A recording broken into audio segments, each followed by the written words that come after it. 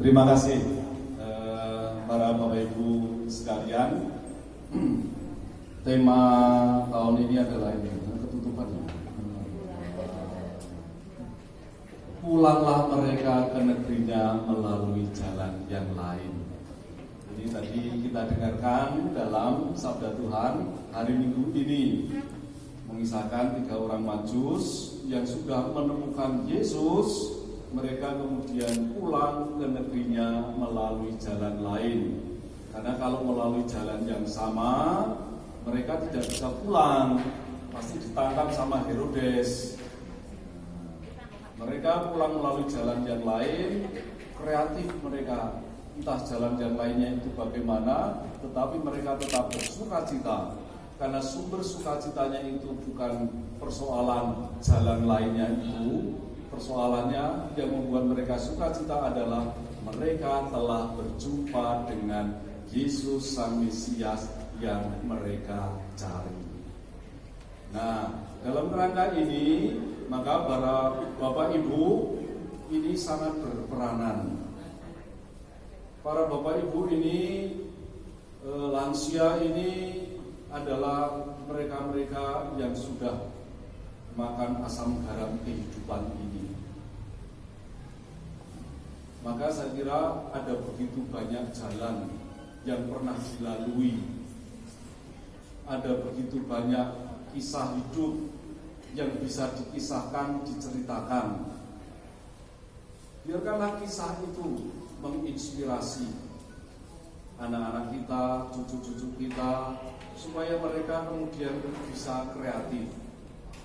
Mungkin cerita kita itu seringkali tidak menarik. Mungkin cerita kita itu seringkali dianggap kuno. Tapi percayalah, cerita kita yang seringkali dianggap tidak menarik, seringkali dianggap kuno itu akan memicu anak-anak kita, cucu-cucu kita untuk juga berani menemukan jalannya sendiri. Saya itu selalu teringat orang tua saya. Orang tua saya dulu pokoknya kami kan bertujuh, anak 7, pokoknya semuanya diberi sepeda satu-satu. Kalau sudah sore kami mulai belajar itu, bapak saya itu pasti kemudian ngambil sepedanya satu-satu itu dilap, semuanya itu dibersihkan. Sambil membersihkan itu kemudian cerita mengenai masa lalunya, mengenai harapannya dan lain sebagainya. Kadang-kala bosan juga, bahkan itu kadang-kala juga dianggap pokoknya masuk telinga kanan keluar telinga kiri gitu. Pokoknya gitu aja. Karena kita serius belajar, tapi bapak selalu cerita. Tapi ternyata setelah bapak tidak ada, kisah itu seringkali kemudian menjadi kerinduan untuk kami dengarkan. Kisah itu menjadi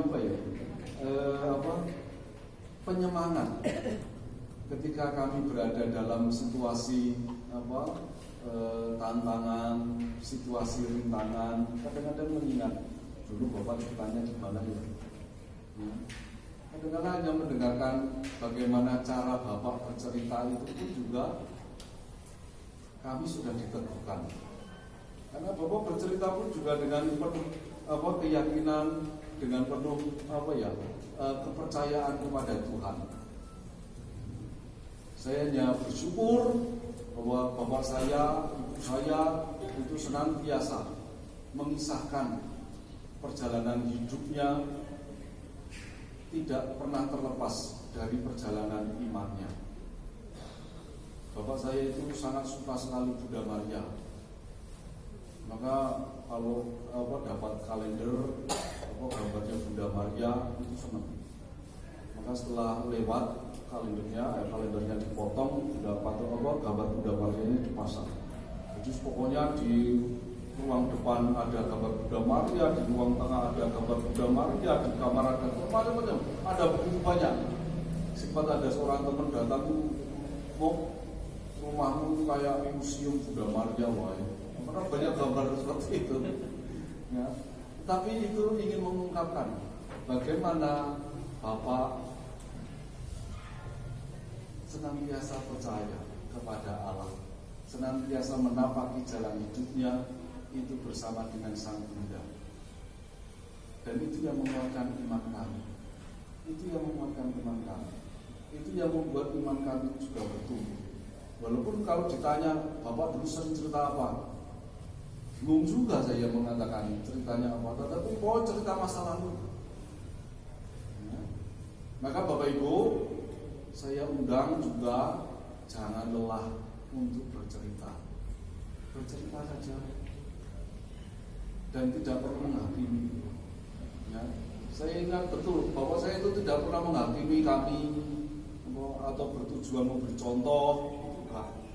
Pokoknya bercerita, berkisah. Kisah masa lalunya gimana. Dan itu kemudian membuat hidup kami itu diteguhkan. Saya yakinnya Bapak Ibu, apalagi memakai udah 90 tahun lebih, itu pengalamannya pasti sungguh luar biasa.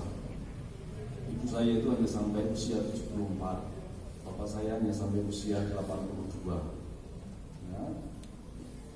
Tapi ada begitu banyak pengalaman, ada begitu banyak peneguhan yang boleh kami terima.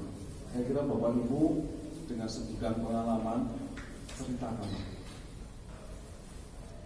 keteguhan iman Bapak Ibu, bagaimana hidup yang menjadi teguh karena senantiasa percaya Tuhan yang menyertai, hidup yang senantiasa kreatif, mencari jalan-jalan untuk persoalan-persoalan yang dihadapi karena percaya Tuhan hadir.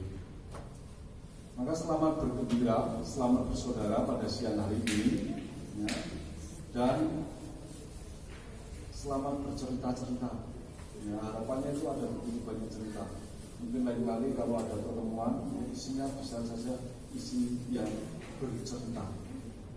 Ya, edisi khusus bercerita iman, bagaimana hidup yang diterangi oleh iman. Tuhan Yesus memberkati kita. Selamat Natal, selamat tahun baru.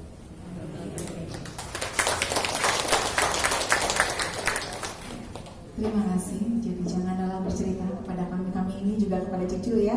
Senang sekali sih, saya sendiri udah umur segini senang banget kalau diceritain gitu. Udah nggak pernah lebih dahsyat ya, lebih nempel gitu. Tepuk tangan dan buat Roma. Untuk selanjutnya dari Ibu Ketua kita tercinta, Ibu Lisa.